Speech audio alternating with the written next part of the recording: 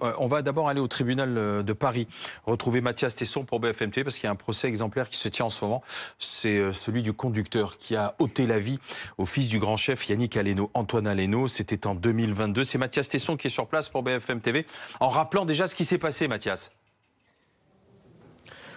Oui, un soir de mai 2022, en plein cœur du très chic 7e arrondissement de Paris, un homme sort d'un restaurant. Il est ivre, il est à bord d'un véhicule particulièrement puissant. Il roule à une allure que l'on pourrait qualifier de particulièrement excessive, puisque la vitesse à ce moment-là est estimée à près de 120 km/h, alors que c'est limité à 30. Et en fait, il va percuter une première voiture. Et à l'issue de ce choc, il va y en avoir un second, puisqu'il y a un scooter qui se trouve à proximité, qui va lui aussi être emporté. Sur ce scooter se trouve Antoine Aleno, âgé de 24 ans. Il décédera sur le coup. Francky D, c'est son nom, était à bord d'un véhicule qu'il venait de voler, en fait, à la sortie de ce restaurant. Cet homme va, dans un premier temps, prendre la fuite avant d'être finalement interpellé. Il encourt aujourd'hui jusqu'à 10 ans de prison et 150 000 € d'amende. Le procès est toujours en cours pour l'instant. Comment s'est passée cette première audience, Mathias ? Eh bien, écoutez, il y a eu des moments évidemment particulièrement forts. Vous l'imaginez, notamment le récit des faits et la violence du choc. Mais ce que tout le monde attendait finalement, c'est le récit du principal mis en cause dans cette affaire. Un homme de 27 ans. Son casier judiciaire porte mention de près de 6 condamnations pour des faits de vol, de tentative de vol, recel de vol, ainsi que d'escroquerie. Et lorsqu'il est arrivé ici, il s'est caché le visage pour échapper aux caméras. Avant de prendre la parole, notamment à la lecture des faits, il avait les yeux rivés vers le sol. Et puis finalement, il a été appelé à la barre, évidemment, pour témoigner.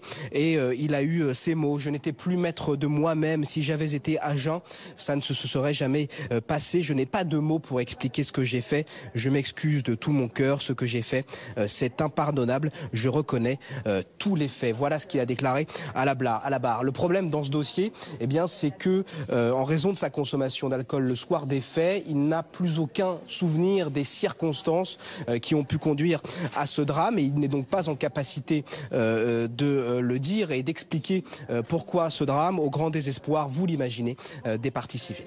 Justement, les parties civiles, la famille Aleno est présente. Comment a-t-elle appréhendé, réagi à cette première journée de procès ?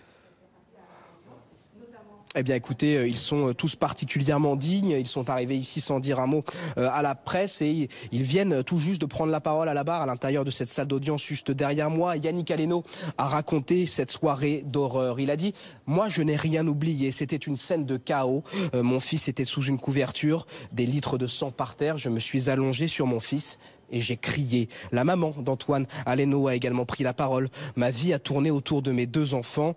J'ai tout perdu ce 8 mai. Ça a été un séisme. À ce moment-là, les 3 prévenus avaient les yeux encore une fois rivés vers le sol, mais tous semblaient assez émus, évidemment, du récit fait à ce moment-là par les 2 parents d'Antoine Aleno, la victime.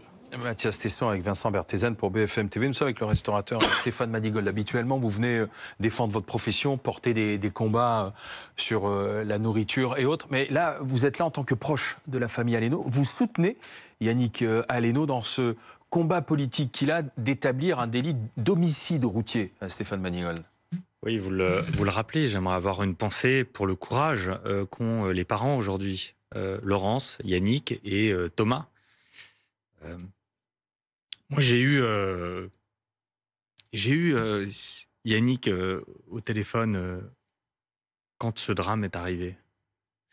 Un père n'a pas à prendre dans ses bras son fils mort, plein de sang. La scène est une horreur, et je crois que les téléspectateurs doivent le savoir, que cette scène a été horrible, et à vie, il va être marqué. À vie, le frère va être marqué à vie, la mère va être marquée. Et ça fait plus de 2 ans qu'il mène ce combat pour que la loi change. Et rendez-vous compte que 2 ans après, la loi n'a toujours pas changé. Il y a eu la dissolution entre-temps.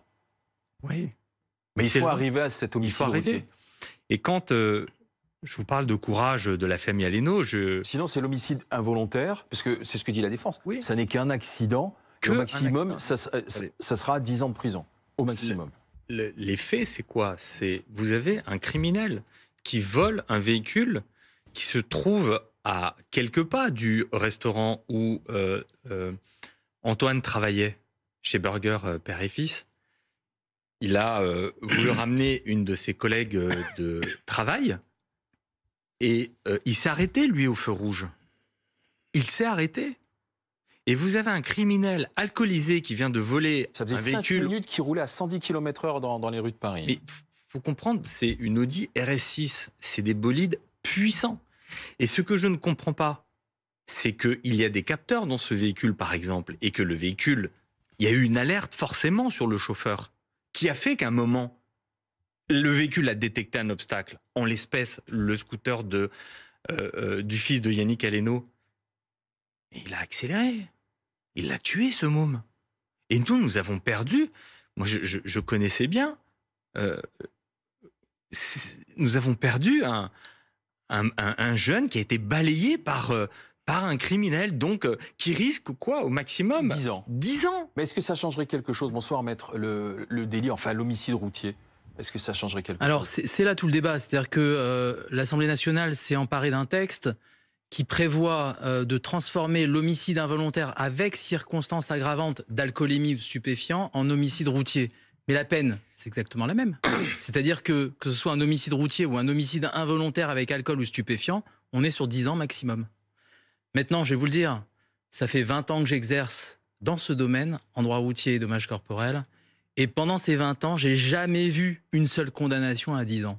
Voilà, je vous le dis. Alors, c'est pas la loi qu'il faut changer, alors. Qu'est-ce qu'il faut En changer? La réalité- mentalité des magistrats? En réalité, c'est pas les magistrats juges qui décident. Ils ont envie de prononcer des peines, mais les prisons sont pleines. Faut le dire.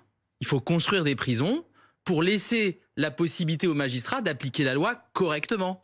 Et le législateur, après, il pourra faire évoluer la loi, mais il faut déjà appliquer la loi actuelle. Quand on a un acte comme celui-là, le magistrat n'a pas à se demander si on doit mettre la personne en prison pour plusieurs années. Enfin, le drame, il est absolu. Toutes les Alors, je vous ai pas circonstances dit qu'il va pas mettre sont la aggravantes. personne pendant plusieurs années en prison. Je vous ai dit que je pense pas qu'il aille sur 10 ans. Voilà. Mais- C'est des peines qui sont rarement prononcées, peut-être une fois, 2 fois dans l'année. Mais Voilà. vous savez, on a tous cet après-midi découvert pendant cette audience un fait qui me choque profondément. Et je n'ose imaginer l'effroi de la famille Mais je dis pas- d'apprendre que ce criminel qui est sorti au mois de décembre, soit quelques mois après son meurtre, vient de passer son permis de conduire. Ouais. Mais vous vous rendez compte? Alors, On est sur un type qui vient de voler, qui vient de tuer, évidemment que je et m'en qui rends compte. peut derrière, et à la stupeur générale, Dans y quelques compris du années, magistrat, et dans Mais le quelques ils magistrat- ont appris Ouais. qu'il vient de passer Ouais. son permis de conduire. Tout le monde l'a appris Mais le aujourd'hui. magistrat peut très bien lui annuler son permis de conduire, même s'il a passé après le permis, il n'y a pas de problème, il va lui annuler. Pensez quoi, qu'il va laisser un danger public comme ça sans annuler son permis de conduire, sans toucher Non, au mais ce permis de qu'on a du conduire? mal à comprendre, c'est pourquoi on n'applique pas l'intégralité de la peine.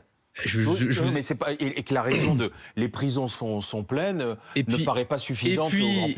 il y a quand même quelque chose de très important. J'entends le terme criminel. Alors, c'est peut-être une expression, mais avant tout, c'est un terme juridique.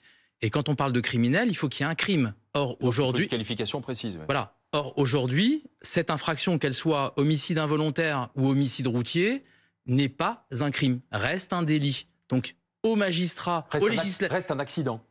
Alors, le délit, il y a des actes volontaires Oui. aussi, hein, peu importe, mais ça reste un délit. C'est-à-dire que au-delà de... Parce que la défense dit il était peut-être ivre, il avait volé la voiture, il a perdu le contrôle de sa voiture, ça reste un accident. Alors- Dramatique, mais ça reste un Et accident. j'ose imaginer que l'auteur des faits, quand il s'est levé le matin, il s'est pas dit je vais aller tuer Monsieur Aleno. Donc c'est en ça où on dit que c'est un accident. Mais en réalité, il a eu conscience de consommer de l'alcool et des stupéfiants et autres. Et en prenant ce risque, finalement, on considère qu'il y a homicide routier. C'est ça le sens de la loi, de transformer l'homicide involontaire avec circonstances aggravantes, alcool stupéfiant, en homicide routier. Voilà, c'est cette conscience-là. Mais c'est pas la conscience de tuer volontairement. Pardon, maître, mais elle est où la morale quand Alors, c'est pas moi qui fais les lois, hein, vous imaginez bien. Je vous fais pas grief, mais Non, j'espère bien. Je défends des elle est victimes. où hein. la morale quand vous avez un môme de 24 ans qui travaille, qui s'arrête à un feu rouge, à qui des parents ont transmis des règles de vie en société, et vous avez en face un type qui s'affranchit de toute règle, qui boit, qui vole, qui est un multirécidiviste, parce que je rappelle que ce criminel devait être en prison. Il ne devait pas être dehors. Et pourtant, il a tué. Quelle morale? Aucune morale. Après, on fait pas de la morale, on fait du droit. Alors, c'est pas moi qui applique les lois, c'est pas moi qui crée les lois. Aujourd'hui, je vous présente les textes tels qu'ils sont et comment ils sont appliqués de part et d'autre de mon expérience, mais ça ne veut pas dire que je cautionne.